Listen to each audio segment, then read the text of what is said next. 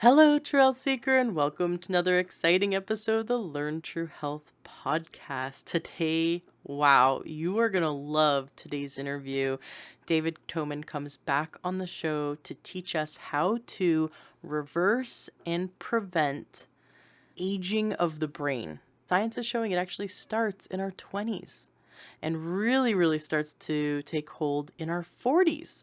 So if you've noticed that you don't think as clearly as you used to, or maybe math, which is my thing, isn't coming as naturally or as quickly to you as it used to, you want to hear today's interview with David Tomen because he teaches us exactly how to help heal the brain, do anti-aging on the brain, but also how to prevent and reverse big issues like Parkinson's, dementia, and Alzheimer's disease.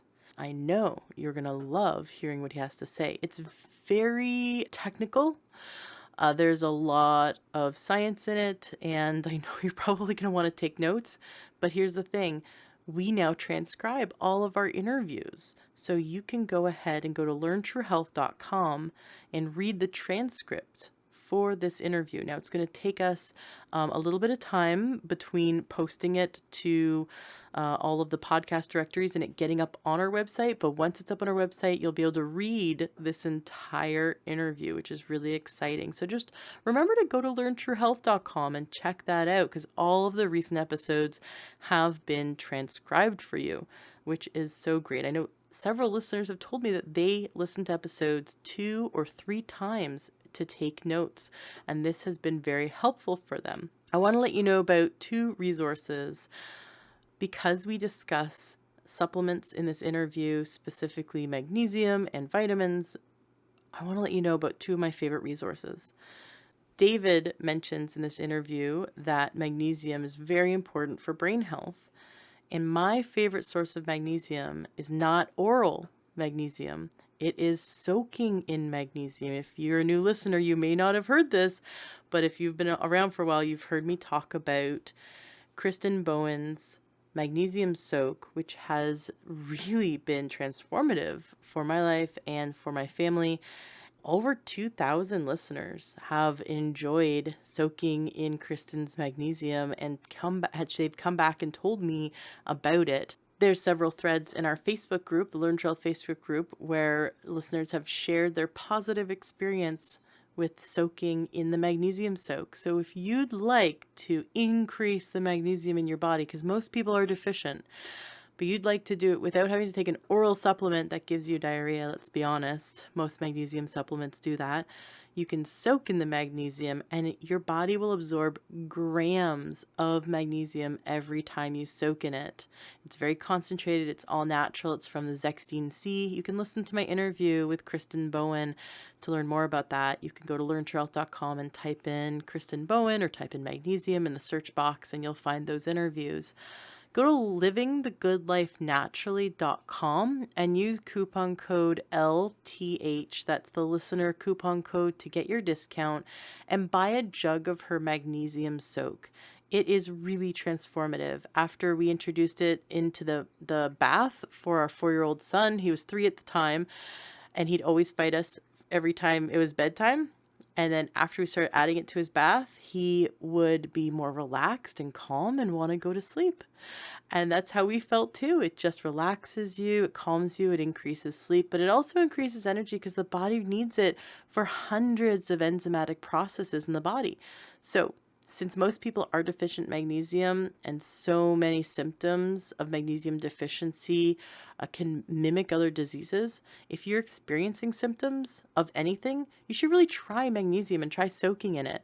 Kristen recommends you do a 30-day challenge. You buy one of her jugs and you soak in it every evening for 30 days. I soak in it while I'm in my sauna, or you can soak in it while watching TV, or when you're sitting at your desk. Sometimes I do that. I soak while I'm sitting at my desk recording interviews.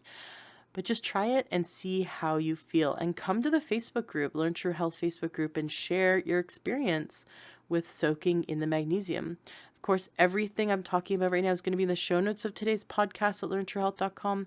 So go to livingthegoodlifenaturally.com and use coupon code LTH to try the magnesium soak, which I highly recommend. And my second resource for you is where I buy all of my vitamins and minerals from, especially my minerals, is takeyoursupplements.com. So go to takeyoursupplements.com and fill out the form for a free consultation with a health coach that'll help you to buy the right supplements for you.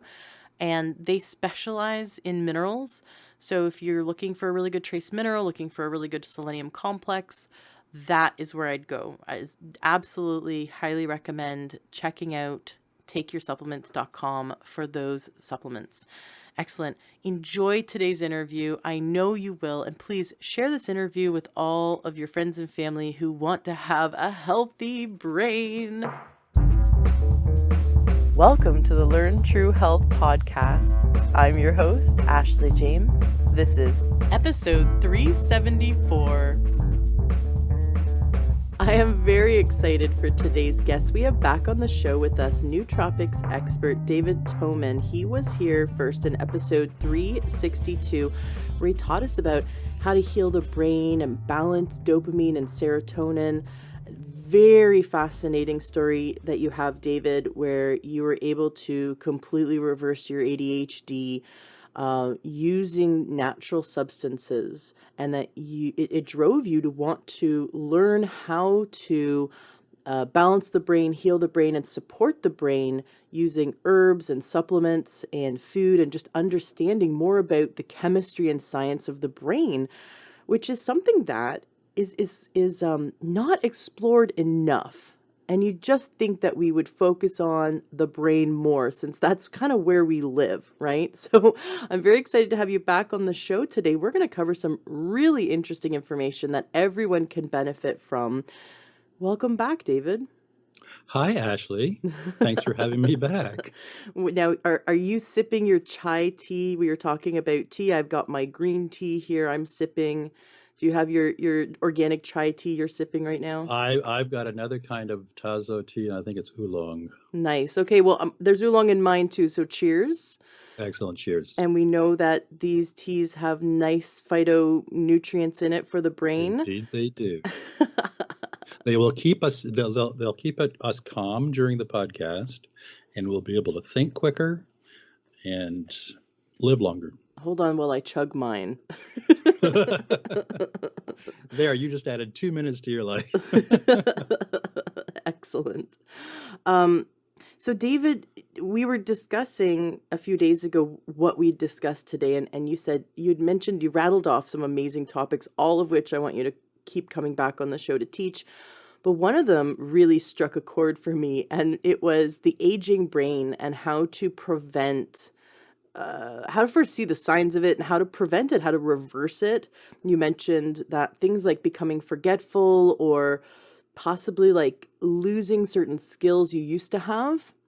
And that really struck a chord with me, because in my 20s, I was a math whiz. You could throw math at me all day long, and I was a human calculator. And now I can barely add single digits. It's just, I have to like count on my fingers, and it's like, what happened? I feel like a part of my brain just shut down, and I don't have access to the same skills I used to have. And I'm approaching 40. So I'm not I'm not a candidate for dementia, hopefully, but what's going on? And you have a great explanation. So for those who might notice that they're less sharp than they used to be, or they have a bit more brain fog, or possibly they're concerned that they might end up with dementia, you're here to teach us today how to take care of our brain so that we can reverse its age and become even healthier brain-wise. And with a little bit of work, you can get your math skills back. Hopefully. The thing is that we all know some people that have lived past 90 years old, right? Mm-hmm. And they've enjoyed a really well-functioning brain until the very end.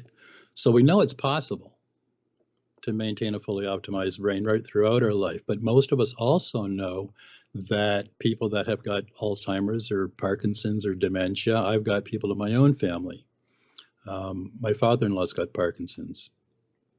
So neurodegenerative disease affects not just one person either. It, like close family members and your friends, are impacted as well. So I mean, it's just not just you if your brain is failing that's effective. It's everybody in the circle around you. And the thing is that the memory loss that you just described is not a normal part of aging. It really is. And recent research in aging and brain function have found that as we get older, individual brain molecules, cells in cellular circulation, and even the physical shape of your brain are affected in some way. And some of these changes start right around your 21st birthday. And so if you're a young biohacker listening to this podcast is just as much for you as it is for the aging baby boomer or the senior citizen.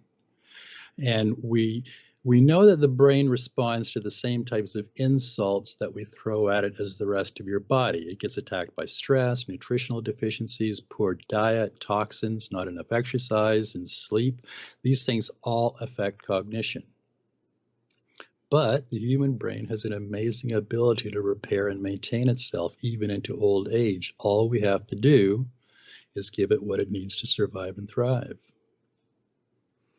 So Awesome. that's what we talk. That's kind of like our start. Yeah. And we can all just go through. I divided when I was researching this. I kind of like divided into segments so that it was easier to comprehend and understand. And there's 5 different segments, and we'll talk about each one of these in plain English so that anybody can understand what we're talking about, and some tips on how to take care of that particular thing. Sounds great. Yeah. So, well, the first thing that we have to deal with are free radicals in brain aging. Now, we've got extensive research that's shown that oxidation of DNA, proteins, and lipids by free radicals are responsible for functional decline in your brain. And it's estimated that 10,000 oxidative interactions between DNA and free radicals in each one of your brain cells occurs every day. But as you get older, at least 1 out of every 3 proteins per cell is dysfunctional because of oxidative damage. Wow. So free radicals and oxidative damage to the brain is by no means the only cause of cognitive problems, but the role of free radicals in cognitive dysfunction is a really major issue. And it's fairly simple to take care of it. So in terms of the free radical damage that happens to the brain, it's kind of approaching it on all fronts because it affects the free radical damage harms the circulation to the brain, and also the circulation away from the brain. So bringing fresh nutrients to the brain and removing the waste away from the brain. The free radical damage would cause inflammation to all the vasculature. So that's sort of one insult to the brain that's happening every day. But then you're saying it's also affecting the protein synthesis in the brain, and it's also affecting the DNA itself. Yeah, right down to the DNA. Well, when you think about it, free radicals and oxidation are a normal part of how our brain works. Because when you are sending oxygen and nutrients into brain cells, into the mitochondria to use as fuel, there's a burning process that takes place. I mean, we're talking about energy production. But whenever there's energy production, there's also waste. Because once the fatty acids, for example, are used up, they're oxidized fatty acids. And we have a built-in immune system that helps flush this stuff out. But it gets out of hand as we get older. And our body cannot cope with the normal free radical process that's going on in our system. We can't cope with the onslaught, and if you don't do something about it, you just don't catch up, and cells get damaged and they die. So let's talk about a couple of things that you can do to help stop this and reverse it. Yeah? Awesome. Let's do it. Let's jump in. All right. Alpha lipoic acid is a naturally occurring sulfur-containing fatty acid that's very unique among antioxidants because it's both water and fat soluble. And it's got a unique ability to neutralize free radicals in all cellular environments. Yeah, this antioxidant can even reduce brain damage after a stroke. Wow. Yeah. Very cool. Where does So, it come from, alpha lipoic acid? well, lipoic acid is it's a naturally occurring fatty acid in your body, and what we do know is that lipoic acid helps, it boosts the synthesis of acetylcholine and it increases glucose uptake in brain cells. Lipoic acid is actually part of the synthesis of acetylcholine. So if you don't have lipoic acid, you cannot synthesize acetylcholine. So it's part of that process. Mm-hmm. And lipoic acid regenerates other depleted antioxidants that are already in your system, like vitamin C and E and glutathione, and it recycles CoQ10. So it reduces inflammation, it gets rid of heavy metals, and it boosts cellular energy and memory. Very cool. And I just pulled up alpha lipoic acid is a vitamin-like chemical called an antioxidant. You can get it from yeast, liver, kidney, spinach, broccoli, and potatoes. They're all There good you go. sources of it. But I'd also use it as a supplement. Even though if you eat lots of broccoli and spinach, I'd still, if you're looking to heal the brain, I would still use it as a supplement. Absolutely. 50 milligrams to 600 milligrams a day, depending on what you're trying to cure. And would you divide that up? So if someone decided to do the full dose, like the full 600 milligrams a day, would they divide that up? I would divide it up into three. For example, for diabetic neuropathy, it's recommended that you use 800 milligrams a day. So you divide that into two doses. So you do Mhm. 400 milligrams in the morning and 400 milligrams early afternoon. Is it best taken on an empty stomach or with food?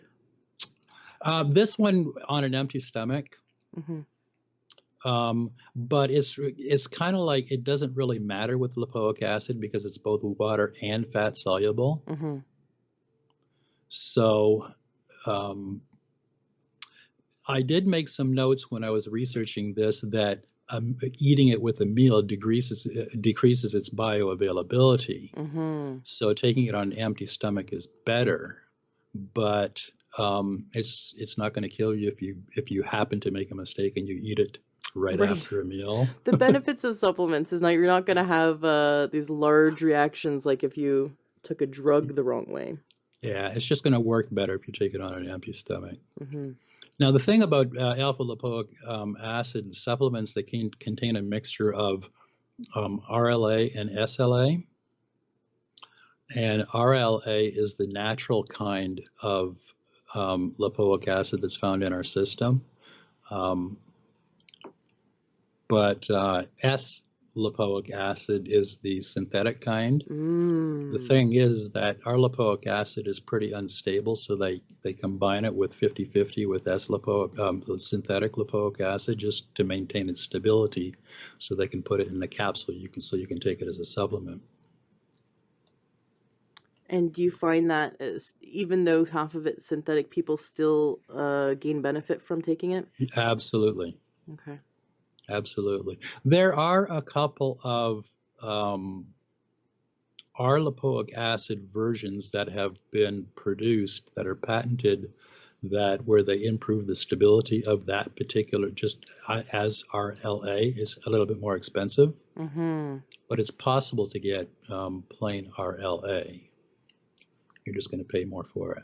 I know of one from Japan that was they claimed it to be all natural and Mm-hmm. stable. Yeah, that's the one that they use in Performance Lab Energy has got that, and that's the one that they use. Got it. So anyway, that's lipoic acid. Another thing you can do is CoQ10. Mm-hmm. This is a natural antioxidant that's synthesized in every single cell in your body and brain, and it helps produce adenosine triphosphate, which is your mitochondria source of energy.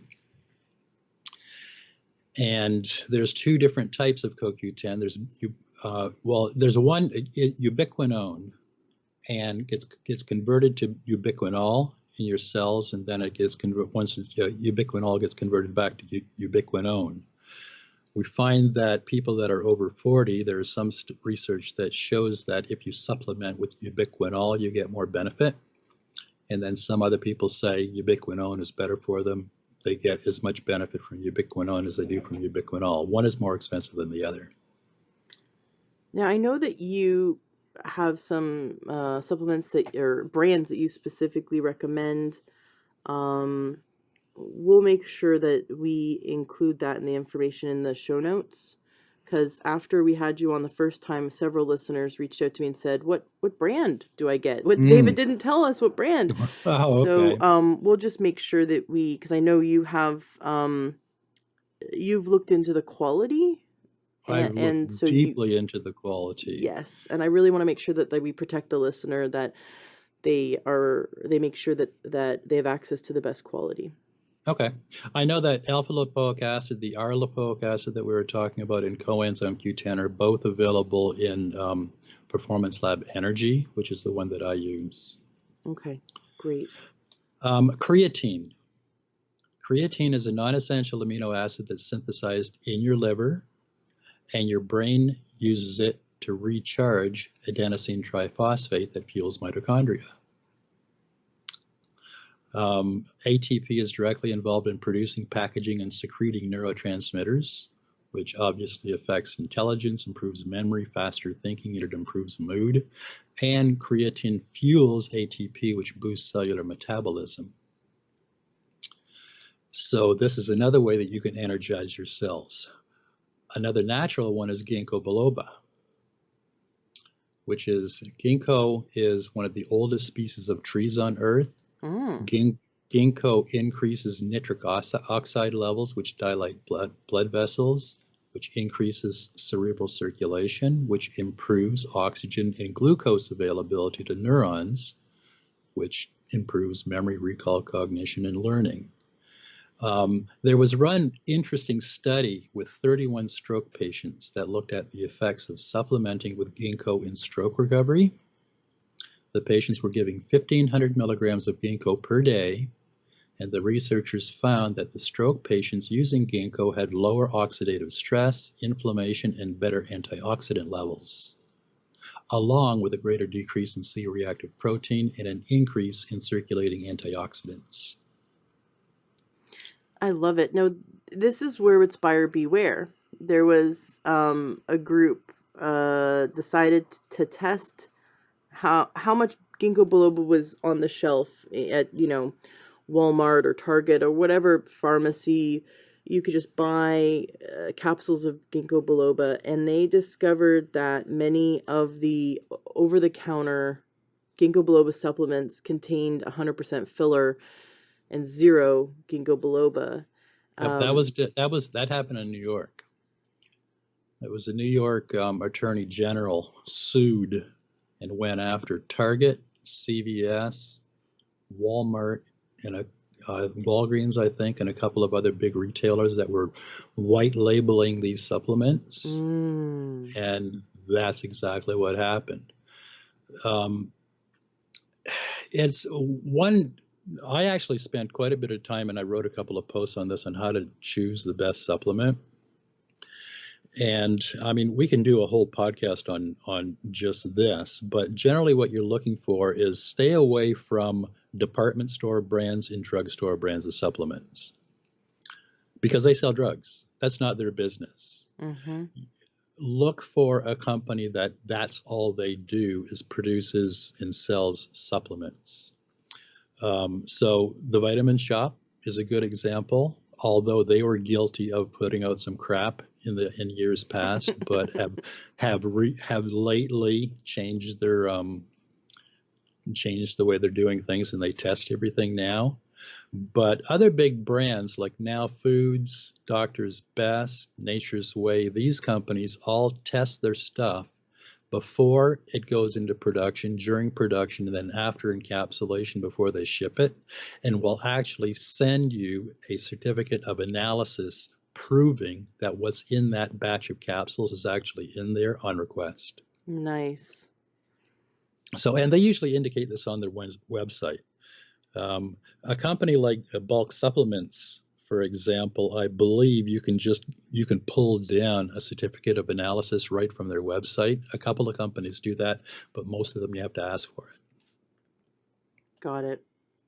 I love it. So ginkgo, 40 milligrams 3 times a day. Oh, we didn't. How much creatine should we take?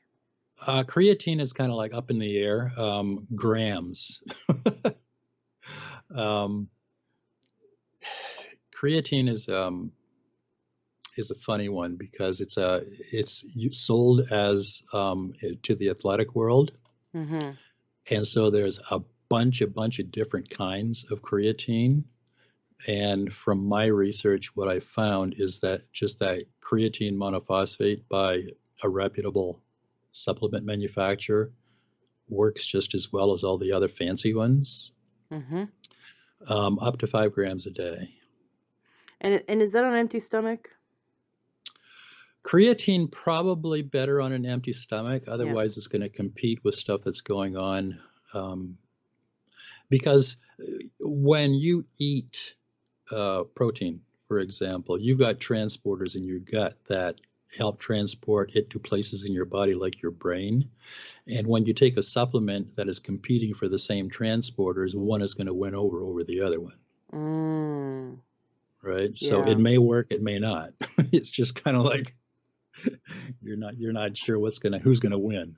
So some things it's better to take on an empty stomach so it's not competing with anything else. And the CoQ10, uh, I find it fascinating that those who are on statin drugs need to take CoQ10 because Mm. statin drugs inhibit the body's ability to produce CoQ10, and we need CoQ10 for the heart to beat. I mean, it's very, very important. And those on statin drugs will feel fatigued and exhausted as one of the side effects because the statin drug is inhibiting the body's ability to produce CoQ10. And so their body is just run out of fuel. So they have to supplement, but they're told to supplement a very small amount. How much CoQ10 is optimal to take daily? Two to 400 milligrams. And would you say that would be on an empty stomach or with food? I'm not so sure that it makes a difference with CoQ10. Now, there's one thing about CoQ10 is that we can take too much. I back when I lived in Las Vegas and I was supplementing with CoQ10 and a few other things, my husband had to go to work at 4 in the morning, and so I'd wake up and make him lunch and see him off, and then I would go. Sometimes I'd go back to bed, or sometimes I'd stay up. But I woke up, I made him his lunch. I took my supplements, so my 400 milligrams of CoQ10, and then I fell asleep on the couch, woke up again, forgot I took my supplements, took another 400 milligrams. And I might have done it again later in the day, forgetting I had taken my supplements, but I ended up having a negative reaction, Mm. and I thought I was gonna die. My heart was just beating like crazy. I could No matter how much I breathed, like I couldn't get oxygen into my lungs. I felt like I was drowning, and I was lying there on the couch going, "That's it. My husband's gonna come home and he's gonna find his wife dead." And later, uh, upon looking this up and talking to a naturopath, I discovered that you can take, if you take too much CoQ10, it can cause like an adrenal dump. Mm. And so I was experiencing basically my adrenals just completely dumping, and me having going through that stress response, not knowing what I was stressed about, lying on the couch thinking I was going to die. So um, it's not lethal, but it can be very uncomfortable to take too much CoQ10, which you have to really, really overdose. But if you stay under the 400 milligrams a day, you're not going to experience what I experienced. And I've got even more specific dosage recommendations than that on my CoQ10 dosage notes on Nootropics Expert. For example, if you're using it as an antioxidant, 60 to 150 milligrams per day. For muscle control problems, 300 to 3,000 milligrams. For Alzheimer's disease, 400 milligrams. For heart attack recovery, 30 to 600 milligrams. Even I've got other ones too. Male infertility and Peyronie's disease, 30 to 300 milligrams. Diabetic nerve pain, 400 milligrams. Weight loss, 100 milligrams. So the dosage recommendations are pretty specific on what you're trying to do. If you're just using it, if you're a reasonably healthy person and you just want to use it as to help boost your antioxidant defenses, 60 to 150 milligrams. Got it. Awesome. So we've Yeah. got the alpha lipoic acid, the CoQ10, creatine, ginkgo biloba. What's next? N-acetyl L-cysteine. And this is a naturally occurring amino acid. Well, it's L-cysteine. It's just got an acetyl group added to it to increase its bioavailability. And it works primarily by restoring glutathione. I've got some right Which is, here. there you go. NAC, right? Yep, NAC. Yeah. I think NAC is an amazing supplement because not only does it helps restore glutathione, I find that when I'm using NAC, when everybody else around me has got the flu or a cold, I don't get it. But it also helps restore dopamine receptors, which is really important for me being adult ADD and using Ritalin. Right? 600 milligrams 3 times a day. Oh man,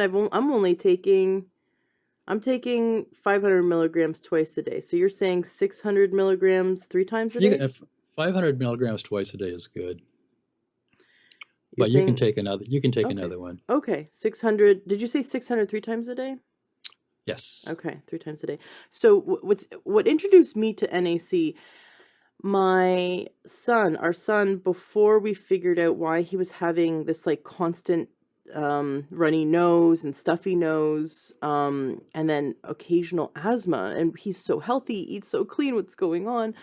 And we finally figured out with our naturopathic pediatrician that he has allergies to dust mites, and then he has about 7 food allergies, just odd foods like garlic, which is in everything.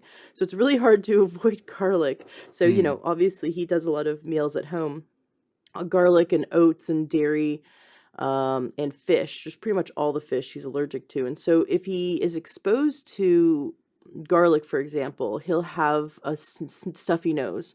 But if it's garlic and then he goes and plays at a friend's house and he's exposed to more dust mites, it's kind of a 1-2 punch. His histamine goes through the roof and he can get into a bit of asthma, or his nose becomes completely clogged. And so our naturopath said for him to take NAC every day, and that NAC in large doses causes mucus to become more fluid. And so if you have a stuffy nose, then by taking it, it'll drain the nose. And at one point I had a head cold and I just took NAC all day long, and I couldn't believe it was so wonderful. It just drained the area, and also the added benefit that it's a wonderful support for our antioxidant system in the body. So I have seen positive results from this supplement. It's one of my favorite supplements. Very cool. So anti-inflammatory. It's a free radical scavenger. It's just NAC is good stuff. Get some. And on your website, do you sell it, or do you have links to your favorite brand? For some, I've started to do that. Some of them, I don't think that I did it for NAC. I use Doctor's Best. Okay, great. Myself. I just buy it straight from my naturopath, and they branded it themselves, so they're just I don't know who makes it, but I trust my naturopath. But Doctor's Best is a good brand. You know that if it's working, if you're getting results from it, you know that it's a good supplement. Yeah, we're getting results, so I'm happy with it. Very cool. Yeah, if you don't get any results from your NAC, then change brands. Exactly. Awesome. So the next thing that we should talk about is synapses and brain aging. Before we do, can you explain for those who don't know what a synapse is? Can you just give people the basic understanding of why a synapse is important? The synapse is part of, it's kind of like, I call it an empty space, but it's not really an empty space between neurons. So when neurons fire, they send electrical signals across the synaptic cleft to the neuron next door. It's kind of like the joint between neurons, the communication junction between neurons. It's like the cell tower between the two cell phones. Kind of like that, yeah. So synapses, they wear out. For example, they did when they did autopsies on Alzheimer's patients, They found that there was a profound decrease in synapse numbers in brain regions involving learning and memory. Same thing with Parkinson's and Huntington's disease. And the reduction of number of synapses in your brain could be part of the cause for brain shrinkage as we get older as well. Now, you've seen these stories about how your brain shrinks as you get older. That's because one of the reasons is because you're losing synapses. Our brain loses about 5% of its weight per decade after the age 40. And part of that is synapse loss. And so when you start losing synapses or they break down and they don't work, your brain signaling starts breaking down. And that's how our brain works, is by signaling between neurons. And when it can't signal anymore, you're in big trouble. We know that we can increase the number of synapses. It's called synaptogenesis, the growth of new synapses, by increasing brain-derived nootropic factor. Ooh. And I wrote a separate post on 13 different nootropics that I identified to boost BDNF, or brain-derived nootropic factor. They call that miracle. One neuroscientist called it miracle grow for the brain. Sign me up. Right? You can boost BDNF with ashwagandha. And ashwagandha has been used for thousands of years, but recent research has shown that ashwagandha helps regenerate axons and dendrites in synapses. Oh, fascinating. I love ashwagandha because it is so nice and tonifying for the adrenals. So I know it from that angle. You know it from the brain angle. It's a very, very powerful supplement.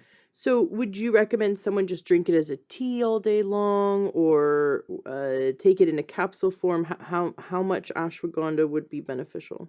250 to 500 milligrams a day. Okay. And probably the easiest way to make sure that you're getting the exact dose is by taking capsules. But again, there is it's typically ashwagandha extract. And like the Ayurvedic Pharmacopoeia of India recommends 3 to 6 grams daily of standard ground ashwagandha powder. But we typically buy an extract that's 4 to 5% with analytes. And if it's 4 to 5% with analytes, it depends on what we want to do. For arthritis, 250 to 500 milligrams. For antioxidant production, 100 to 200 milligrams. For immunity, 100 to 200 milligrams. For sexual performance, 250 to 500 milligrams. So it depends on what you want to use it for. And if you're going to take 500 milligrams, you divide the dose up, 250 milligrams in the morning and 250 milligrams in the early afternoon. And is this something you take with food or without food? It doesn't matter with ashwagandha. Okay. So you can take it with your food. You can take it with your food. It's better to find an extract from a reputable company, because then you know that what's in the what's on the label is actually what's in the capsule, and preferably there's no other ingredients listed on the label either, and certified organic is even better. Right. Especially if it's an extract, since it's like a concentrate, so you don't want concentrated pesticides in your supplement. Or heavy metals or herbicides or. Sure. So ashwagandha is good for restoring synapses. Artichoke extract is a natural PDE4 inhibitor that supports the secondary messenger cyclic adenosine monophosphate, or CAMP. CAMP helps stimulate the production of CREB, which stands for CAMP response element binding protein. And that CREB is the protein that's needed for new neuron and synapse growth.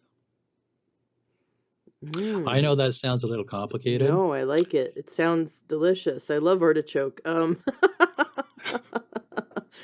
can I just eat artichokes all day, or is this a really strong concentrate? Artichoke extract is preferable. Artichoke extract, because it increases Krebs, also enhances long-term potentiation. And long-term potentiation is what's behind the encoding of long-term memory. Mm. Recommended dosage is 400 milligrams a day. Or no, I'm sorry, 900 milligrams a day. Do we So if divide you that up or just preferably, yeah, okay. most of these supplements, when you get into higher dosages like that, it's preferable to divide them up into 2 or 3, I've which is never generally easy to do because you can get artichoke extract, for example, 300 milligrams, take it 3 times a day. right. I've never heard of artichoke extract. I'd never considered an artichoke as an herb or as a, medicinal plant. So that's very cool. It is. The next one is a very, very powerful supplement, and that's berberine. Mm-hmm. Berberine increases glucagon-like peptide or GLP-1, and this is a peptide hormone that plays a critical role in controlling diabetes. But it's also involved in cognition, learning, and neuroprotection. Studies have shown that when you enhance GLP-1, it enhances synaptic plasticity. Mm. And it also reduces the aggregation of amyloid B protein and tau. So berberine can help prevent Alzheimer's. I actually use it for insulin resistant insulin resistance. And how much berberine is good to take, and can we take it with food or without food? You can take it with food. I take, how much do I take? I'm trying to remember what's on the bottle. The recommended dose is between 900 and 1500 milligrams a day. I think my in is 500 milligrams, and I take that 3 times a day. And I found that once I started taking it, when I got my labs back, they were normal. Nice. What you mentioned diabetes, and I think that's really important to touch on, is that they're seeing that even if you don't have diabetes, you have just pre-diabetes or your blood sugar is not optimal.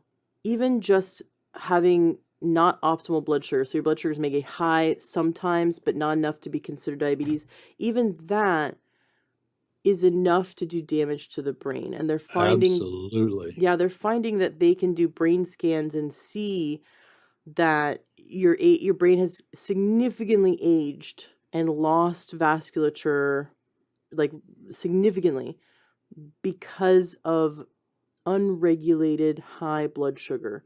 So it's like when a disease is painful, like arthritis, it gets us off our butts to take action and do something about it. But when it's silent, like high blood pressure or in having unregulated blood sugar, Yep. sometimes we're not aware of the symptoms, right? So there's no I wasn't. right, there's I no wasn't. pain. There's no pain, so we're not motivated to do something about it. But here's the motivator is if we don't have really good blood sugar, then it is destroying our brain. And many other parts of our body that we don't see, but high blood sugar causes damage to the circulatory system across the board and inflammation, and especially the brain. So they're seeing that they can see even just pre-diabetes is enough to do a lot of damage to the brain. And people with full-blown diabetes, especially that if they've had periods of unregulated high blood sugar, that the brain is very negatively affected and ages very quickly in that state. So berberine, wonderful, wonderful recommendation. One of the drugs, or the most popular drug that they most doctors prescribe for prediabetes is metformin. Yeah, berberine in clinical trials has been found to be as good as metformin for diabetes. They tried to put me on metformin. I was type 2 diabetic, and I reversed it with naturopathic medicine, and that's one of the reasons why I do this podcast. Yeah. But they tried to put me on metformin and it made me so sick. I'm so thankful that I experienced every single side effect that it has. Um, one of my friends actually went on metformin and it caused her to be in and out of the hospital for a year and Yeah. with acute pancreatitis. She was only able to drink broth for an entire year and it made her so sick. So it made me sick, but at least I didn't have to live in a hospital. But I experienced all the the symptoms and decided to get off of it and decided to look for the more natural route. But a lot of times people are put on metformin even preventively, like, oh, you're pre-diabetic, let's get you on metformin now so we can prevent you from going further. And I love that you're pointing out that berberine can be more effective and also much less side effects. Far, far fewer side effects. The only side effect that I came across was long-term use of berberine can affect muscle protein synthesis and cause muscle atrophy. So if you're worried about muscle loss, either don't use berberine or exercise a little bit. There you go. Or use it short term. Or use it short term, but it is a very, very potent supplement. So anyway, moving on. Berberine, forskolin. Forskolin is the only known nootropic supplement that naturally and directly boosts CAMP, which is cyclic adenosine monophosphate. Can you spell that? Forskolin? Forskolin. Mm-hmm. Forskolin. And it does the same thing. We already talked about this with artichoke extract. CAMP directly stimulates the production of CREB, which is the protein needed for new neuron and synapse growth. And CREB enhances long-term potentiation. So either for artichoke extract or forskolin. So they would do one or the other? One or the other. Got it. For forskolin, 125 to 250 milligrams a day. Another one that's very effective for synapses is vitamin B8, inositol. Inositol, which is actually not really a vitamin, they found out, but inositol acts as a secondary messenger that facilitates the communication between brain cells. And lower than normal levels of myoinositol in middle-aged adults can signal the initial stages of cognitive decline, such as Alzheimer's and dementia. My wife uses inositol actually for libido. Myoinositol is a pretty amazing supplement for a whole bunch of different reasons. But it will help you grow new synapses. It helps boost serotonin and dopamine in your brain, and dopamine and serotonin receptor sensitivity. It improves the effectiveness of serotonin, GABA, and glutamate, and dopamine. Myoinositol affects mRNA, which regulates cell volume. Phosphatidylinositol signaling pathways control signals inside and outside of brain cells. Inositol plays a role in DNA repair, long-term potentiation. It's a component of brain cell membranes. It regulates cell metabolism and cellular energy consumption. Is this something that's normally in just a multi-B vitamin, or should we take it separately?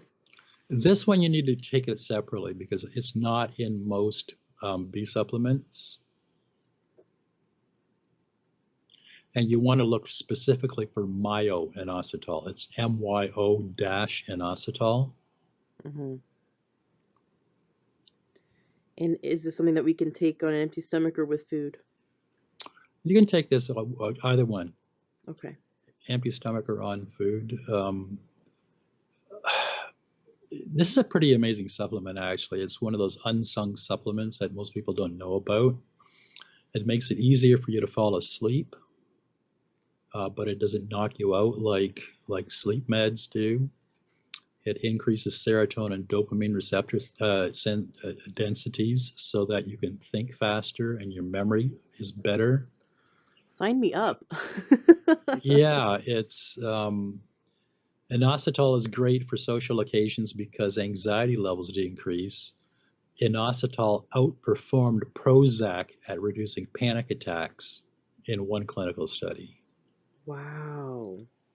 Isn't that It amazing? is amazing. Now, are there foods that we can increase to get this?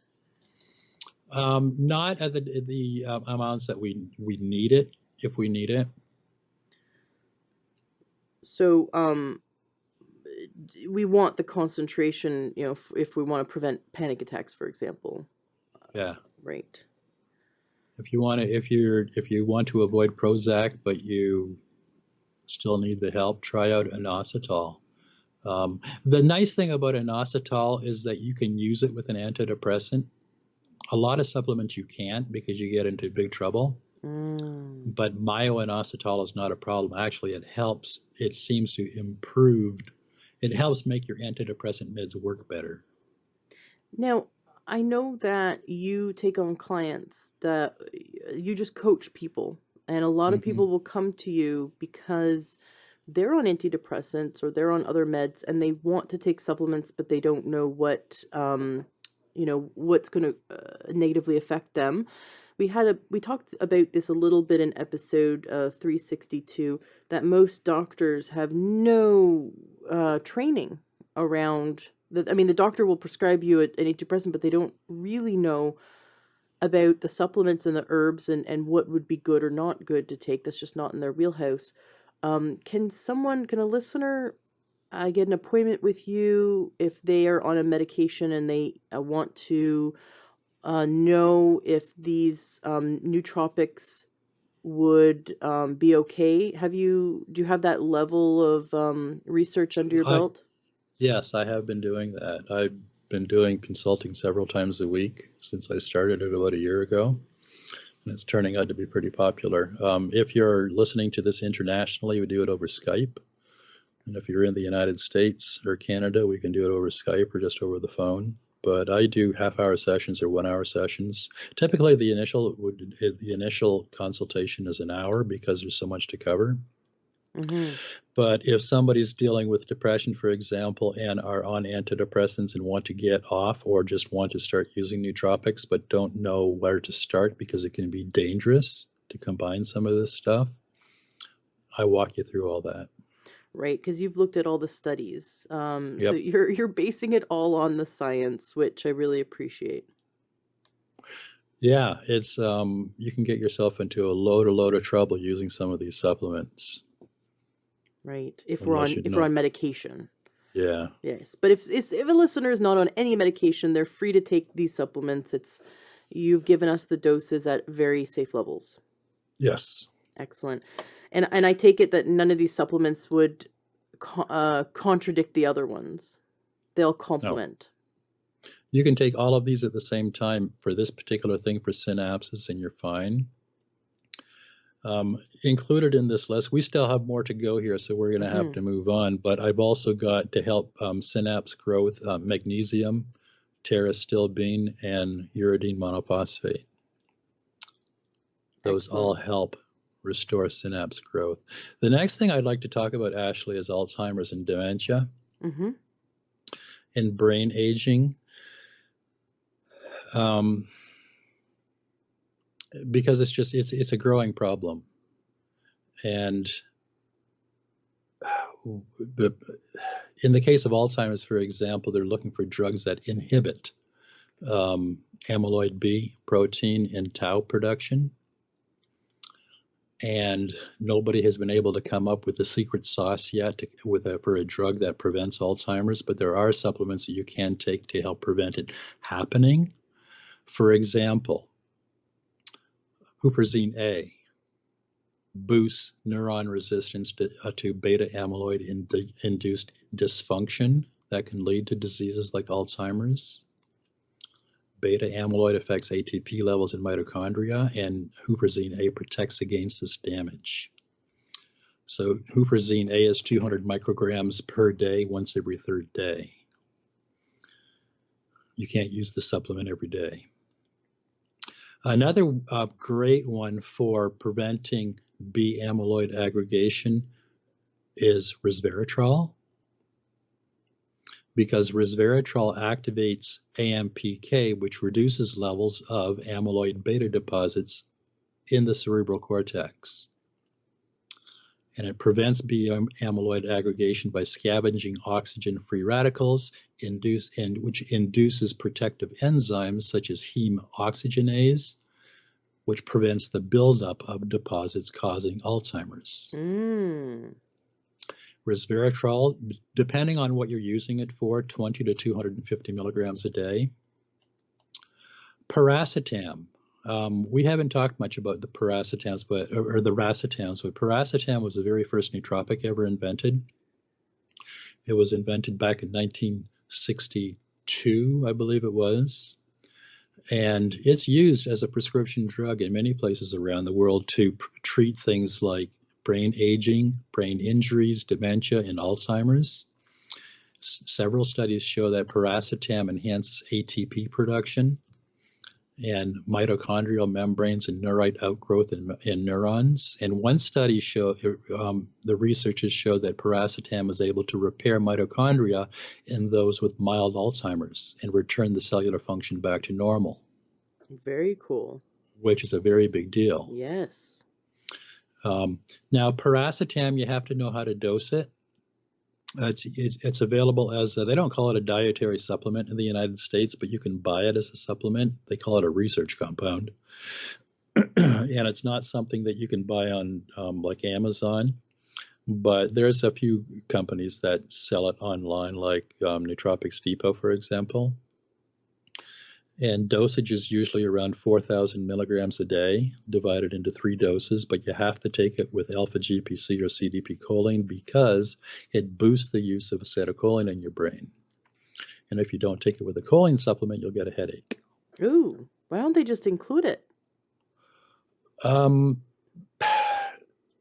That's a very good question. I don't know. They're selling something that an uninformed person would get a headache every time they took their supplement. You'd think they'd want to prevent that. But the thing is that the uninformed person doesn't buy something like piracetam. Oh, okay. Right? Yeah. Because you kind of like have to search this out and find it. It's actually called Nootropol when it's sold as a drug in some countries, but here you just look for piracetam. It was invented by Dr. Corneliu Gurgea, and he was the guy that coined the term nootropic in 1973. You know, I'm gonna put it out there. I think you should work with a really good company for a private label supplement and just take all these wonderful nutrients and make some kind of like multi-nootropic. And you should sell that because I would buy that. Actually, it would probably be better to make individual stacks to treat depending on what you're trying to treat. That's a whole other conversation. Now, several people have suggested that I do it. It's just starting a supplement company is it's an undertaking. I bet. Yeah. It's an undertaking. Well, we're all rooting for you. Thank you. St. John's wort. Research shows that St. John's wort extract decreases oxidative stress. It prevents neurotoxicity. It controls inflammation, and it may be an effective treatment for oxidative stress-related neurodegenerative disorders like Parkinson's and Alzheimer's. So St. John's wort is easy to get, but you have to be very careful with St. John's wort because it's not something you can combine with an SSRI, or you can get yourself into a load of trouble. But if you're not taking any antidepressants or anti-anxiety drugs, St. John's wort is a fantastic option, 900 to 1,800 milligrams a day. The research shows that it is as effective for anxiety and depression as prescription drugs. But we have the side benefit that it can also possibly prevent Parkinson's and Alzheimer's. Amazing. Turmeric. Turmeric curcumin, which is the most active compound in turmeric, may help macrophages clear the amyloid plaques found in Alzheimer's disease. Wow. Curcumin is something that we can do an entire podcast on because it does so many different things. But just to sum it up, studies show that curcumin binds to amyloid beta proteins found in Alzheimer's disease and blocks its self-assembly. And studies show that heavy metals that can induce amyloid beta aggregation that are concentrated in Alzheimer's disease. Curcumin, by interaction with heavy metals such as cadmium and lead, prevents the neurotoxicity caused by these metals. Really? Yeah. Oh, that's cool. Does it cross the blood-brain barrier? It does. It needs a little help. They found that they could boost the bioavailability of curcumin or turmeric by 2,000% by using it with piperine. Right, adding the black pepper. Yep. Mm-hmm. Yeah, that's the only reason why I have black pepper in the house is to boost my curry. I actually use bioperine on it. I've got a separate bioperine supplement that I use for certain supplements to boost their availability. Now let's talk about vascular dementia and cerebral circulation. Your chances of developing white matter lesions and strokes and dementia increases as you age. And if your family has a history of these types of diseases, your chances are even higher for this happening. Now, white matter lesions are damage to the white matter in your brain, and the primary cause seems to be bad blood circulation. And blood vessel damage is associated with high blood pressure and small vessel disease. Puts you at a greater risk for stroke and other cognitive problems. And dementia and vascular dementia seems to be related. Both types are associated with a host of brain problems, including increased risk of Alzheimer's, strokes, disorders of the blood-brain barrier, and arteriosclerosis. And research shows that problems with cerebral blood flow and white matter lesions and other associated brain cellular changes begin in midlife, so like around 40. So it's never too early to start using some of this stuff. So how do we boost cerebral circulation? We can do that with cat's claw. Cat's claw is a South American vine. It's a very potent anti-inflammatory, and its antioxidant effects that support DNA repair, immune function, and normal cellular division. Cat's claw has been shown in clinical studies to protect the brain from damage from a stroke. Very cool. Recommended dosage of cat's claw standardized extract is 250 to 350 milligrams a day. Forskolin, which we already talked about, also helps boost cerebral circulation. Ginkgo biloba, which we already talked about, also increases cerebral blood flow because it increases nitric oxide. Oat straw increases blood flow through several different mechanisms of action. It contains the amino acid arginine, which synthesizes to create nitric oxide. And nitric oxide dilates blood vessels, allowing blood to flow easier. There are also, they're hard to pronounce, but there's certain bioactive compounds that are unique to oats that have been shown to enhance nitric oxide production in human smooth muscle cells. And it suppresses the inflammatory cytokines that work in combination with increased nitric oxide, which all increases blood flow. Recommended dosage of oat straw extract is 800 to 1600 milligrams a day. Another good one that we haven't talked about is pine bark extract. Pine bark extract as a nootropic is used primarily to increase cerebral blood flow, and it does it by increasing nitric oxide in your brain. Resveratrol. Did we talk about resveratrol yet? You had mentioned it briefly. Some speculate that resveratrol found in red wine accounts for the French paradox, which, you know how the French can dine on baguettes and cheese and pate and pastries, and they Yeah. still don't put on weight and they live longer. Well, they think it's because part of the reason is that resveratrol increases cerebral circulation. So recommended dosage is 20 to 250 milligrams a day. One of my favorite supplements has been vinpocetine, which they're trying to make illegal in the United States. Oh, Yeah, you can't buy it on Amazon anymore. well, okay. Can you explain what's going on? What's the controversy around it? Because somebody claims that back in 1983 they put a patent on it, so they want to sell it as a drug. Oh, And it's actually sold as a drug in several countries around the world. It's just that it's been available for the last 3 decades or so as a dietary supplement. So you can still get it from Life Extension, and Swanson still makes it, and a couple of other supplement companies still make it, but Amazon refuses to sell it. and what is it?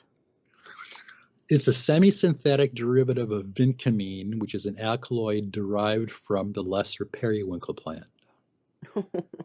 I remember you talking about this a little bit on our last interview. Yeah, and it inhibits an enzyme called PDE1.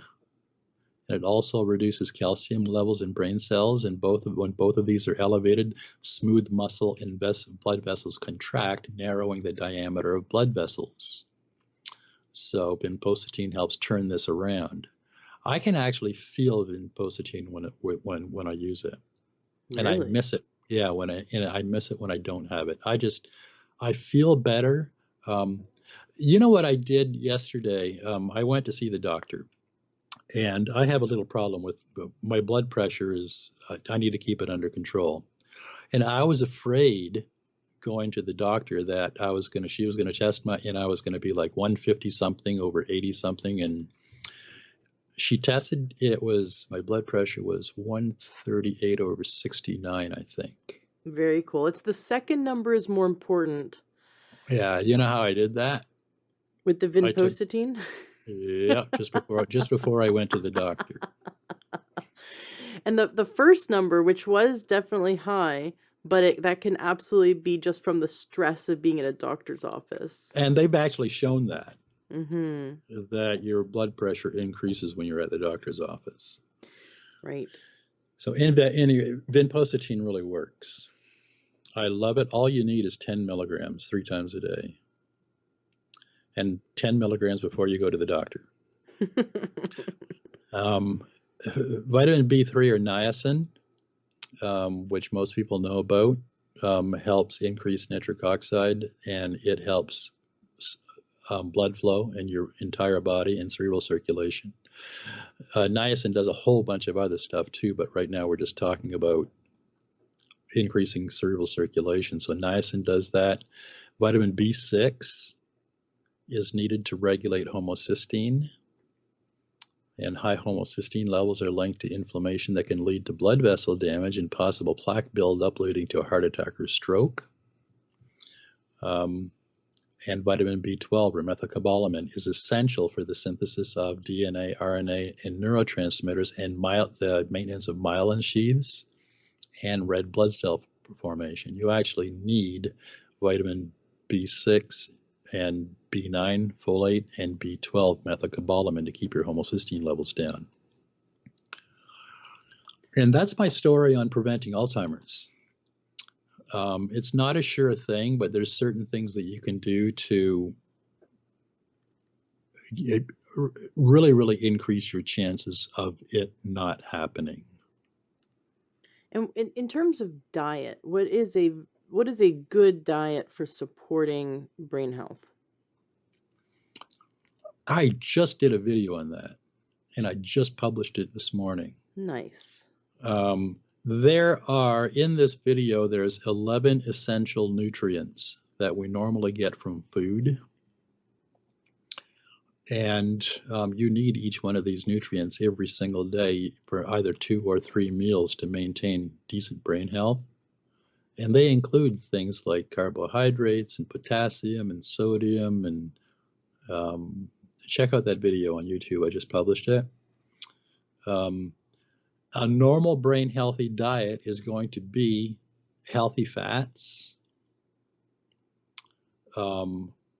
reducing, you need carbohydrates, but reducing the amount of, you want complex carbohydrates rather than simple carbohydrates. So don't do flour based foods. Eat the sweet potato. Yep. Don't eat the bread. Don't eat the pasta. Go have some legumes. I actually stopped eating things like pasta and bread, and I just feel better. Mm-hmm. A lot of things changed. And of course, fruits and vegetables. Excellent. So whole foods, plant-based diet would definitely support brain health. And healthy fats. Mm-hmm. So like grass-fed red meat provides all kinds of vitamins and minerals that your body needs.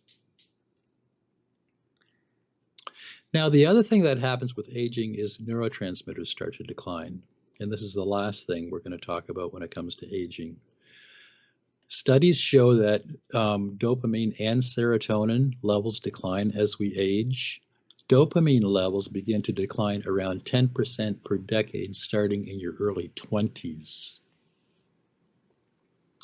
And that leads to declines in cognitive and motor performance. And in other words, you don't think as fast as you once did. And you don't move as fast either because you've got less dopamine. And serotonin and brain-derived nootropic factor are also decline with age. And the enzyme monoamine oxidase increases with age, which degrades serotonin, dopamine, and norepinephrine. So more monoamine oxidase, the more it increases, the more you experience the negative effects on memory and mood and behavior. And as a matter of fact, monoamine oxidase inhibitors have long been used to treat behavior disorders like depression. But now we have several nootropic options for increasing neurotransmitters like dopamine and serotonin, and for reducing or inhibiting monoamine oxidase. Aniracetam is a fat-soluble ampakine nootropic that's very well known in the nootropics community. It's one of my favorite nootropics. It's a fantastic anxiolytic. What does that mean? It means that it's anti-anxiety. Mm. It helps reduce anxiety and depression and fear, and it increases sociability. Clinical studies show that aniracetam affects dopamine, acetylcholine, and serotonin receptors in your brain. And the recommended dosage is 1,500 milligrams a day, taken in two 750 milligram doses, which is what I do. And you've got to take it with a healthy fat like coconut oil. And you have to take it with a good choline supplement like alpha GPC or CDB choline. Why don't they sell it with sell it in coconut oil with the choline? Because the racetams are still research compounds. They're not really sold as dietary supplements. So you're kind of like on your own when you're using more of these quote unquote experimental supplements. What is it made from? Aniracetam is a derivative of piracetam, and piracetam is a derivative of GABA. Now, I know that there's lots of GABA receptors in the brain, but I don't know much about it. So, do you know how do they make the supplement? Is it synthetic, or is it from? It's piracetam is a cyclic derivative of GABA. Mm-hmm. And it was first invented by Dr. Gergeya back in 1962 because he was looking for a drug to treat motion sickness. Oh. I think it was motion sickness in astronauts. But he found out that it worked better for improving cognitive performance. Since then, there's been, I don't know, probably a couple of dozen at least, racetams developed off of the original piracetam that are all built around this.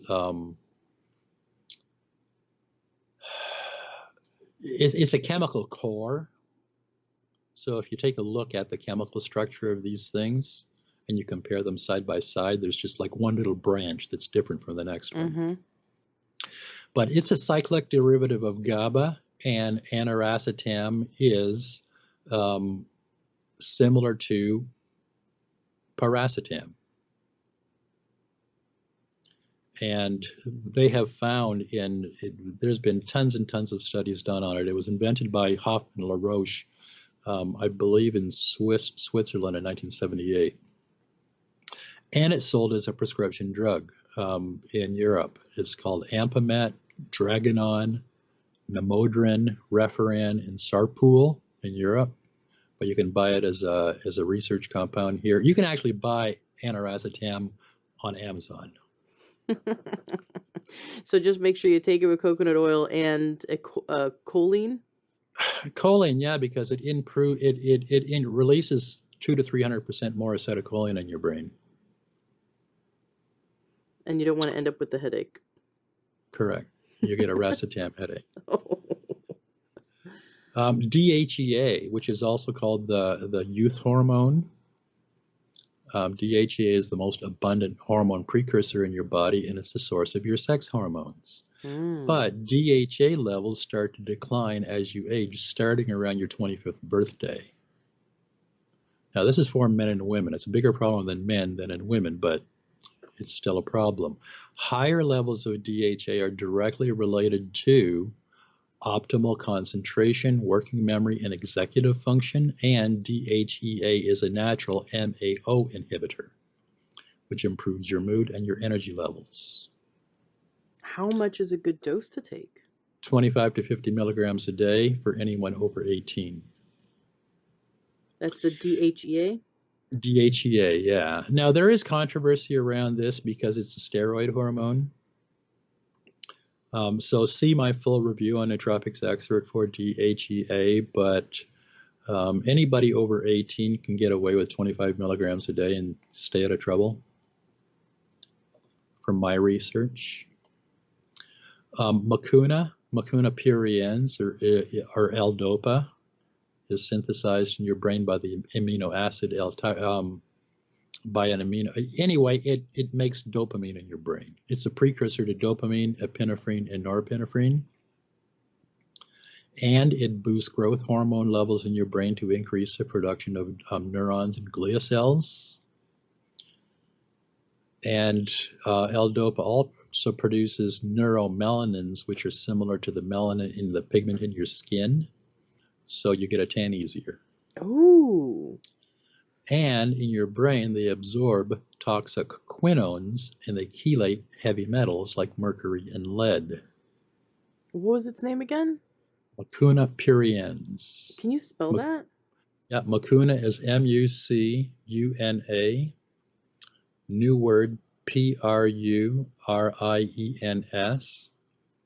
Mucuna pruriens is usually 95% or 98% extract.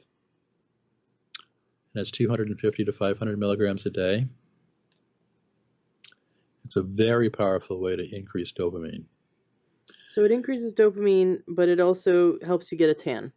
Yep. That is so cool. So you can actually, they use L-DOPA, synthetic L-DOPA, to treat Parkinson's disease. Some have found that you can naturally treat Parkinson's using Mucuna pruriens and not have the side effects you get from synthetic L-DOPA, because synthetic L-DOPA causes problems in your periphery and all of your places other than where it's supposed to be in your brain. You don't have that problem with Mucuna pruriens. Interesting. L-theanine, which we were talking about before we started doing this podcast. L-theanine is an amino acid found in green tea. Mm-hmm. L-theanine increases GABA, serotonin, and dopamine levels in your brain, as well as increasing brain-derived nootropic factor and nerve growth factor. And L-theanine is an antagonist of NMDA receptors, which inhibits synaptic release of glutamate, which protects your brain from overstimulation caused by glutamate and possible glutamate toxicity. Research has found that if L-theanine is present in the body at the time of a stroke occurs, the brain damage is significantly reduced. Wow. A study in China concluded that there was a 40% decreased risk of stroke in those who drank green, black, or jasmine teas. Oh my gosh. So Isn't that amazing? how much tea? You just need to drink like it every day, or should someone take it as a supplement if they're concerned they're gonna have a stroke? If you're concerned for a stroke, 200 to 400 milligrams twice a day And as a supplement. because it's an amino acid, you take it on an empty stomach? Yeah, but I drink it as green tea, so Sure. I drink it, whether I'm eating a meal or not. It's just I'm drinking green tea all the time. You can get pretty much as much L-theanine as you need for a reasonably normal, healthy person by drinking 4 or 5 cups of green tea per day. Excellent. And there's no concern about how much caffeine that is, that's in the green tea It if you're it drinking 5 cups a day? it depends on the green tea because they all have different. Usually, the caffeine amount is listed on the label, Hmm. so check the label. But it's about a third of the caffeine that you normally get from coffee. Right. And is there more L-theanine in like a green tea that is like the new leaf versus like the oolong, which comes from the branches, right? So there's this idea that drinking the newer buds versus drinking a tea that's made more from a plant that's been around longer, has different compounds in it. Does that matter? It's more about how it's steeped. Oh, how do we steep it? Um, I actually wrote about this. Um, Researchers at the University of Newcastle in Australia set out to determine the optimal conditions for water extraction of L-theanine from green tea. And they examined 4 different extraction methods. And they learned that temperature, extraction time, and ratio of water to tea and tea particle size had impacts on the extraction yield of L-theanine from green tea. And they concluded that the optimal conditions for extracting L-theanine from green tea using water were found to be, are you ready for this? Mm-hmm. Extraction at 80 degrees Celsius for 30 minutes with a water to tea ratio of 20 to 1 milliliters per gram and a tea particle size of 0.5 to 1 millimeter. Okay, you lost me at the water. I'm just like 20 milligrams. So it's a 20 to 1 ratio of how much water? The water to tea ratio needs to be 20 to 1 milliliters to grams. So milliliters to grams. Got it. Yeah, and the tea particle size needs to be a half to 1 millimeter. Okay. I've been grinding my tea in a spice grinder, thinking that more surface area means more, more flavor, I guess. That's not what these guys found. Okay. Wonderful. So steep it do you keep it at 80 Celsius for 30 minutes, or you just bring it to 80 Celsius and leave it for 30 minutes? I'm thinking just bring it to 80 Celsius and then leave it for 30 minutes. Right. Otherwise you'd be cooking Yeah. your tea like if you go to a traditional Chinese medicine practitioner, they'll give you some stinky herbs to take home and cook on the stove.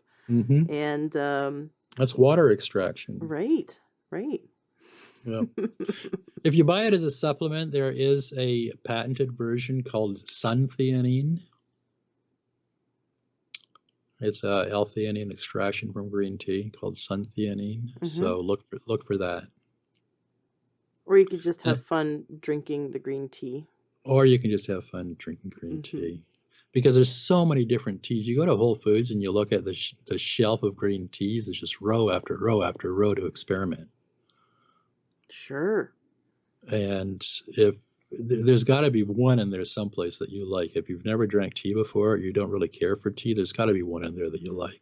Well, so the supplement company that I buy all my supplements from sells a blend. It's a green tea blend, and I'm in love with it. It tastes so good.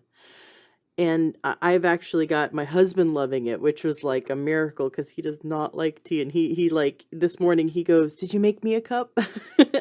So he loves it. And I discovered that he's been brewing it on his own. I'm the only one that does Uh-huh. anything in the kitchen, Ah, okay? He's been brewing it on his own. This is how much he likes it. So yeah. I'm very, very happy that I found a great green tea blend. Yeah, my Now you've given me the formula for there you go. proper L-theanine extraction. My favorite is Tazo organic chai. And you told me that right before we started, and I'm gonna have to go get Yeah, some the it's next time at Whole really, Foods. really good. Yes. Do you do anything to it, or you just put it in hot water? Just put it in hot water. I got myself went to Walmart and $20 got this glass um, kettle, so I can boil water in about 2 minutes, and I can make it really fast and put a little bit of honey in it, and Nice. it's amazing. Anyway, moving on here, we were talking about increasing neurotransmitters. Um, if you don't want to use macunapirian to increase dopamine, you can use N-acetyl L-tyrosine or L-tyrosine, because the dopamine pathway goes like this: is phenylalanine to L-tyrosine to L-dopa to dopamine to norepinephrine to epinephrine. So you can do it. You typically start with L-tyrosine. And L-tyrosine is a gentler way to boost dopamine than macunapirians. That's a more direct way. But N-acetyl L-tyrosine is just L-tyrosine with an acetyl group added to it, which is supposed to increase the bioavailability because L-tyrosine is amino acid. Some people find that L-tyrosine works better for them, and some find that N-acetyl L-tyrosine works better for them. There was actually one clinical study that showed that N-acetyl L-tyrosine is mostly excreted in your urine rather than getting used. I, Mm. I don't find that that's the case with this body, but it could be true for you. So you would have to find out. If you want to try L-tyrosine, it pays to experiment with both of those one at a time and see which one works best for you. How would you know if it's working? Your mood changes, and you're thinking faster, and your focus is better, and your concentration is better, and because L-tyrosine directly affects executive function, which is your decision-making part of your brain. Oh, I gotta give some to my son. So, yeah, well, I'm not Four-year-olds, so sure man. because it also boosts libido. Wow. So libido, memory, focus, concentration, mood, um, improves executive function. All of these things are influenced by L-tyrosine. So recommended nootropic dosage for N-acetyl L-tyrosine is 350 to 500 milligrams twice per day. I actually use 700 milligrams, 750 milligrams 3 times a day for managing adult ADD. Mm-hmm. So it depends on if you use too much and you boost dopamine too much because it turns into norepinephrine and then epinephrine, which is your fight or flight hormone. You can get irritable and jittery, and that's when you know you've got too much. Now, we also talked about monoamine oxidase, which increases as you age. It suppresses dopamine levels in your brain. So you've got a double whammy going on here as you age. Your dopamine levels are decreasing and monoamine oxidase is increasing, which is further forcing down dopamine and serotonin.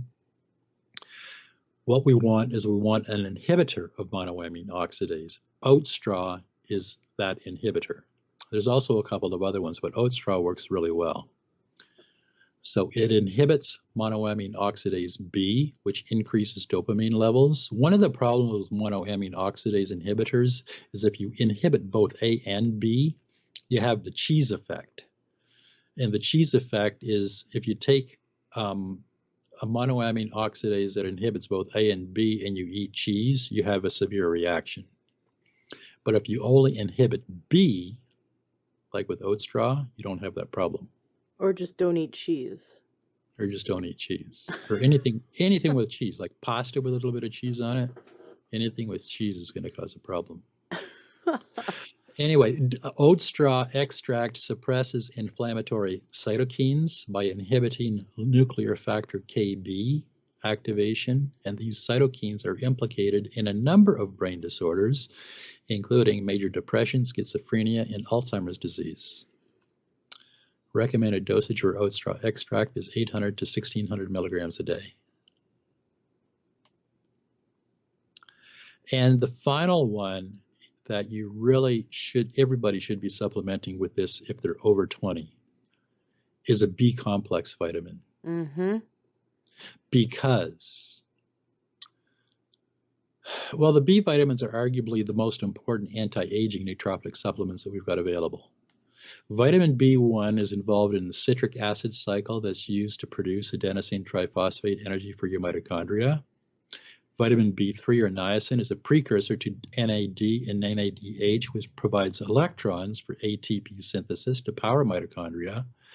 And niacin enhances BDNF, which is involved in synaptic plasticity and axon growth for memory and overall brain health, and it stimulates the production of dopamine, norepinephrine, and serotonin.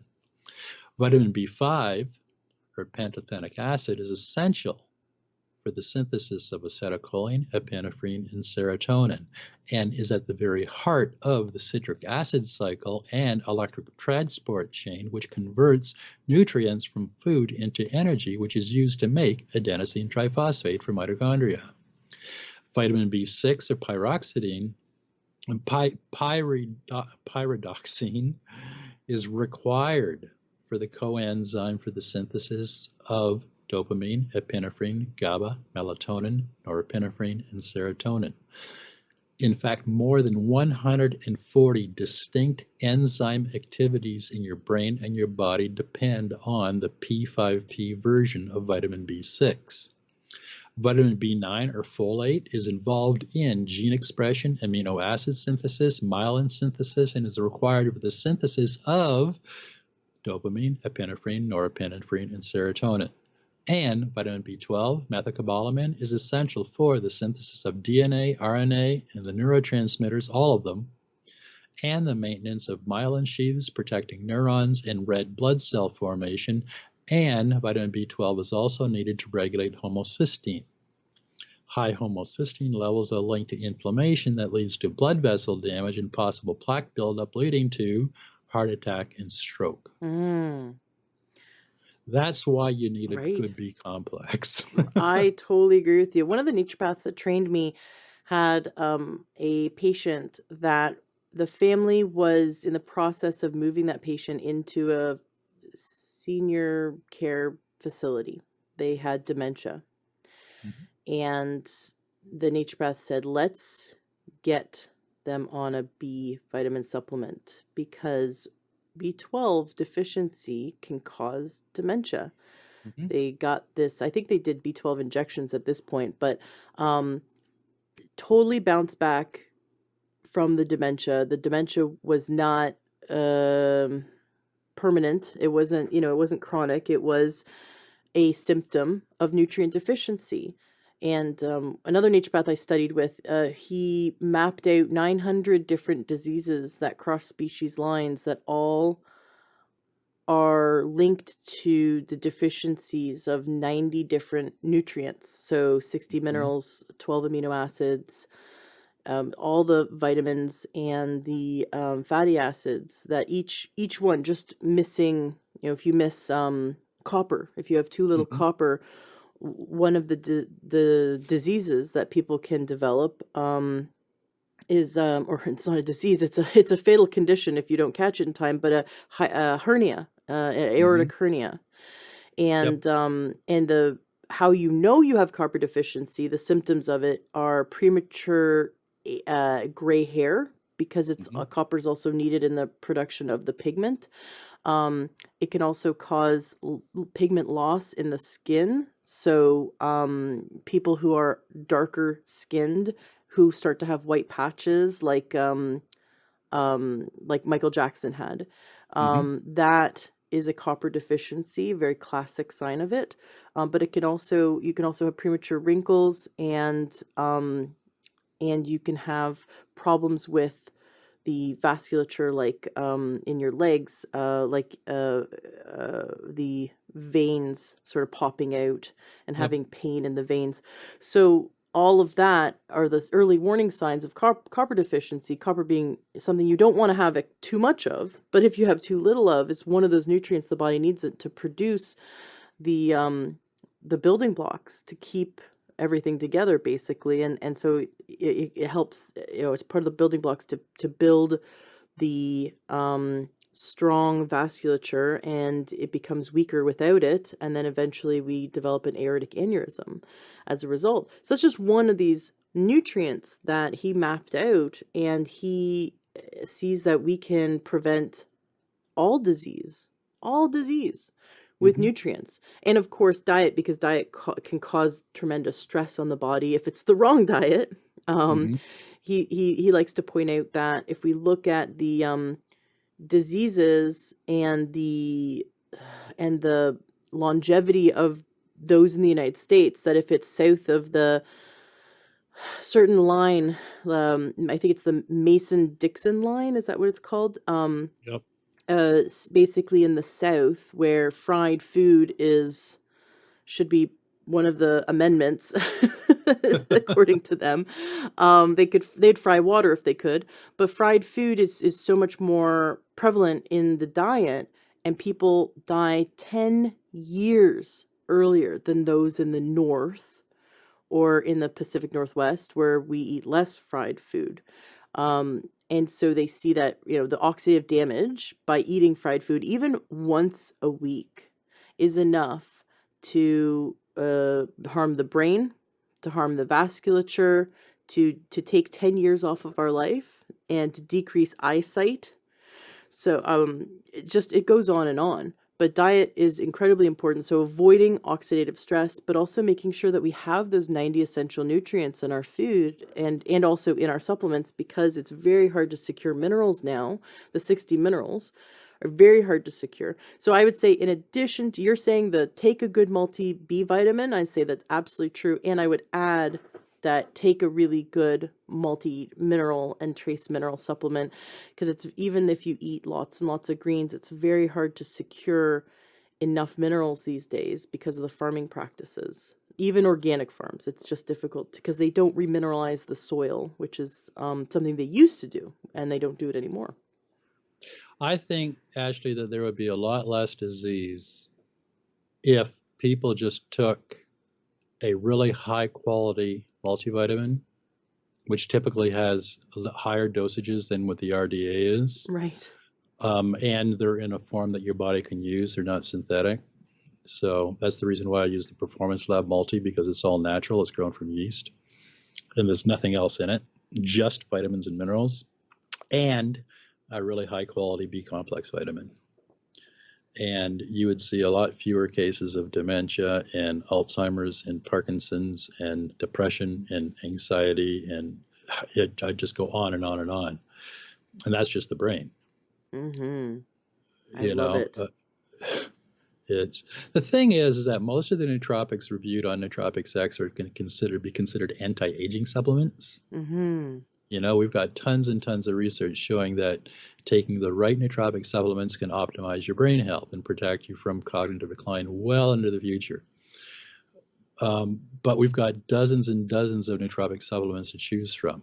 You know, we've got amino acids and herbs and minerals and vitamins and even the racetam family that we were talking about.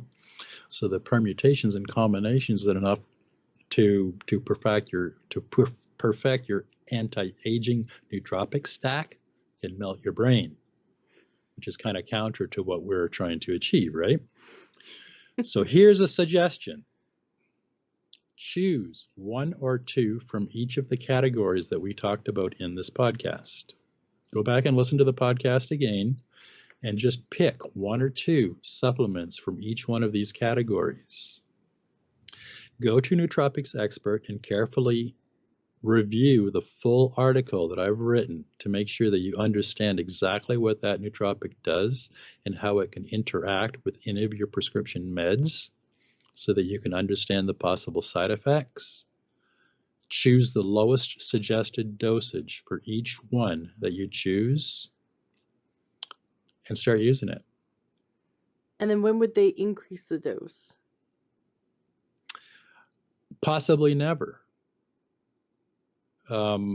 Possibly if there's a recommended dose for just at random, of 500 to 1,000 milligrams. So you'd start out with 500 milligrams to see how you react to it. And if you feel absolutely nothing, or there is no negative reaction, that you might want to squeak up the dose to 750 milligrams and see how you feel. But never ever go past the maximum recommended dosage. Right. Yeah, because we do have that feeling in the United States. I don't know if it's just a value or a personal philosophy, but it's if a little bit is good, Take then more. a lot is even better, and we get into some trouble that way, right? Yep, that's absolutely the wrong thing to do. You do not want to do that, especially with stuff that's affecting your brain. Right. So, just like you could eat too much celery, you could kill yourself with water. You could kill yourself with Yep. healthy things. So we just want it in the safe, effective doses. You want people to start feeling a difference. They should feel that their mood's improved, even their sleep is better, maybe their sex drive's improved, Yep. that they're thinking clearer, that they're thinking faster. So they're going to see noticeable differences that even maybe people around them might start to notice. I mean, it's going to take a few months, but that people might start to notice a difference in them as well in after starting on a good regimen. I like that your advice of taking 2 from each section and just reading on your website the information and get really clear on the protocol that they're designing. And if they are confused, they could reach out to you and they could book an appointment and see what see that you could help them to formulate their protocol. And if you don't like using the internet, at least use the internet and go to Nootropics Expert and buy my book. It's called Head First. It's almost 600 pages. It's a manual for fixing your brain. So you can use the book, or you can use the website, or you can book a consultation with me, or you can go to YouTube and watch any one of the almost 100 videos that I've got now on the YouTube channel. There's all kinds of ways to get help for your brain. Very cool. Before we wrap up today's interview, I'd love to hear, since you've been working with people, you must have had some feedback. Can you share some stories of success? I know last time we had you on, you shared your story, which was incredible. And I definitely recommend listeners go back and check out episode 362 with David Tomen, hearing his story, because it's a great one. But I'd love to hear, do you have any stories of success that you'd like to share with us today? There's almost 100,000 people a month going to Nootropics Expert now. So the comments are coming in more and more often now. And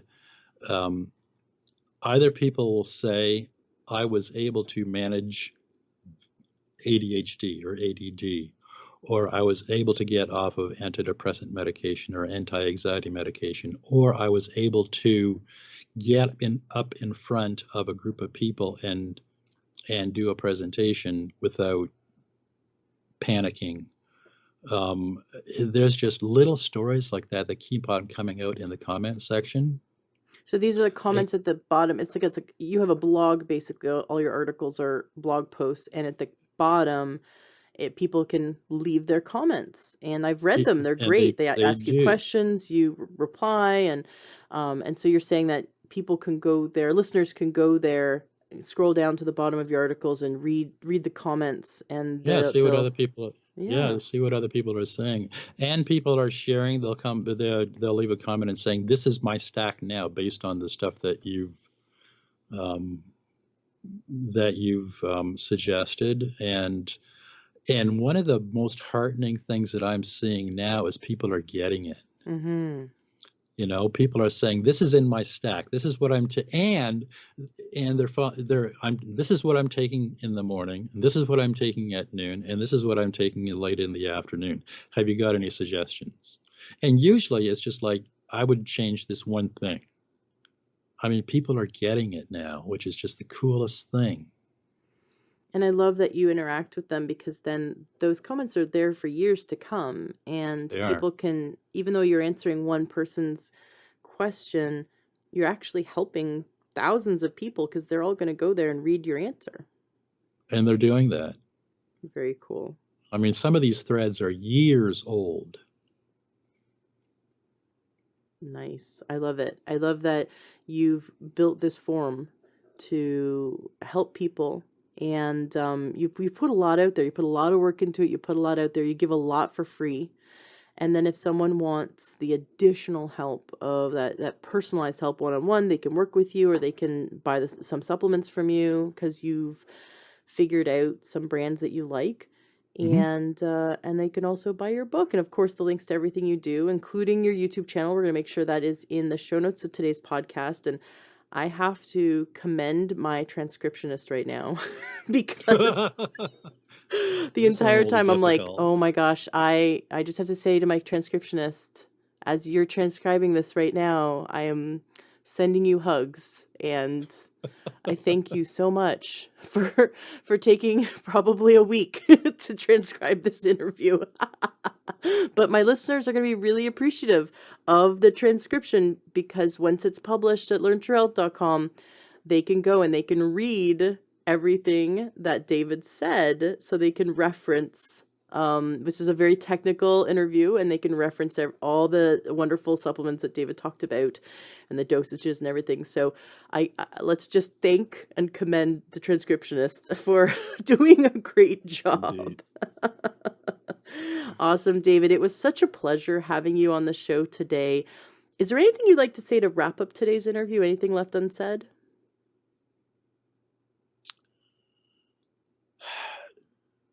Just get started. If you haven't started doing any of this yet, just please get started. What's a really simple, like if someone's kind of in overwhelm at this point, like what's a good, like just get the toe in the door, or toe in the water? Take something and see if it works. I mean, there's just so much information available now on a place like Nootropics Expert, is that whatever you're dealing with, whatever it is, if it's anxiety or depression or ADD or OCD or traumatic brain injury or PTSD or whatever it is, use the search function over on Nootropics Expert and put it in a search box. And if you're not taking a great multivitamin, like a multi-B, start with that. Start. Yeah. Just start there. The Performance Lab Multi, I think, is the best. Well, it is the best multivitamin I've ever used. You can find my full review on Nootropics Expert, Performance Lab Whole Food Multi for men or women. The B vitamin complex that I recommend is the one by Life Extension. And that is on your website? That one, I don't think that one is on my website. You'll find it probably in the comment section in a few places. Okay. But I don't think I put a link to that one there. But the Life Extension has got a really, really good B complex. It's called Complete Bioactive or something like that. The nice thing is that it uses folate instead of folic acid and methylcobalamin instead of cyanocobalamin, and the B vitamins are the right dosages. Very cool. Yeah, I take a whole, like it's like a powder that turns to a liquid, and it was designed by Naturopath, and I've really enjoyed it. But I'm gonna check out yours too. Do you? I know do you sell supplements? I don't own the companies. I just work as an affiliate, so I get a little bit of money every time somebody clicks a link and buys one of these things that I've got a link on the website. So you'll give me the links so that listeners who want to make sure that you get credit for, spending the time to put this out there, and they want to make sure you get the credit, that we'll make sure the link is in the show notes. Okay. Thank you. Awesome. Very cool. Thank you so much for coming on the show. This has been Thank you for wonderful. having me back. Yes, and I look forward to having you again. I think we've got lots of topics to explore, and I really enjoy. See, I like interviews that bring the meat. You know what I mean? That for it's funny for someone who doesn't eat meat. I think I want a lot of meat in my interview. I want people to walk away going, "Oh my gosh, there's so much here. There's so much available. I'm going to get a lot out of this. It's going to help me change my life." So I want listeners to feel that this is life-changing and you bring the meat. So thank you for filling this interview with wonderful information. And I know it's going to help people. And I'm pleased, listeners, if you want to let me know how this helped you, you can go ahead and email me, support@learntruehealth.com. Let me know how this impacted your life. Or you can join our Facebook group, Learn True Health, in Facebook, and start a conversation in the Facebook group about this interview, and whether you have questions or whether you want to just talk about it with other listeners. Let's start a conversation in our Facebook group. And David, you're welcome to join our Facebook group as well. Thank you. Awesome. All right. Well, thank you so much. And I can't wait to have you back on the show. Let's do it. Thank you, Ashley. Hello, true health seeker. Have you ever thought about becoming a health coach? Do you love learning about nutrition and how we can shift our lifestyle and our diet so that we can gain optimal health and happiness and longevity? Do you love helping your friends and family to solve their health problems and to figure out what they can do to eat healthier? Are you interested in becoming someone who can grow their own business, support people in their success? Do you love helping people? You might be the perfect candidate to become a health coach. I highly recommend checking out the Institute for Integrative Nutrition. I just spent the last year in their health coaching certification program, and it really blew me away. It was so amazing. I learned over 100 dietary theories. I learned all about nutrition, but from a standpoint of how we can help people to shift their life and shift their lifestyle to gain true holistic health. I definitely recommend you check them out. You can Google Institute for Integrative Nutrition, or IIN, and give them a call, or you can go to learntruehealth.com/coach, and you can receive a free module of their training to check it out and see if it's something that you'd be interested in. Be sure to mention my name, Ashley James, and the Learn True Health podcast, because I made a deal with them that they will give you the best price possible. I highly recommend checking it out. It really changed my life to be in their program, and I'm such a big advocate that I wanted to spread this information.